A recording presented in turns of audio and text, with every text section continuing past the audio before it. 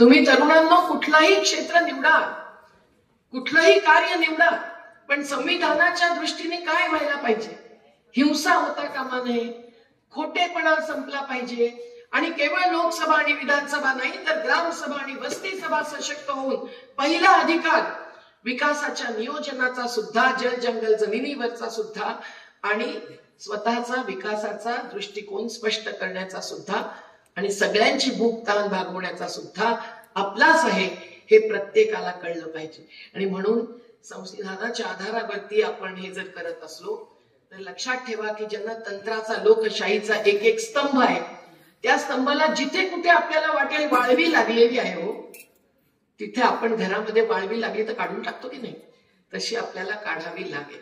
एक चांगली गोष्ट झाली की संविधानामधल्या प्रस्तावनेमध्ये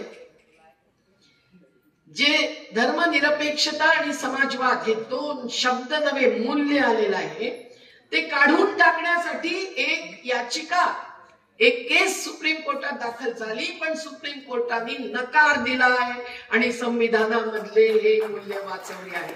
तेव्हा असं नाही की अहो आता अशी परिस्थिती झाली की कोणी संवाद करत नाही, आता काय करायचं, आता जाऊ दे ना, आता आपलं आपण काय काय मिळवू आणि आपलं आपण पाहू, असं म्हणून चालणार नाही। आपल्याला नद्या वाचवायच्या आहेत, आपल्याला डोंगर वाचवायचे, आपल्याला शेती वाचवायची, आपल्याला जंगल वाचवायचं आहे, आपल्याला माणुसकी वाचवायची आहे आणि माणसाचा अधिकार वाचवायचा आहे। तर आपल्याला या संविधान परिषदेसारख्या अनेक परिषदा घ्याव्या लागतील। या संविधान परिषदेमध्ये आलेल्या तरुण कार्यकर्त्यांचा जथ्था जर 500 तयार झाले, सुभाष भाऊंनी जेव्हापासून सुरू केलं तेव्हापासून मी हा आकडा आजच ऐकते, पण खरोखर तुम्हाला सलाम करतो आम्ही, कारण अशी युवकांची सेना वाढली पाहिजे।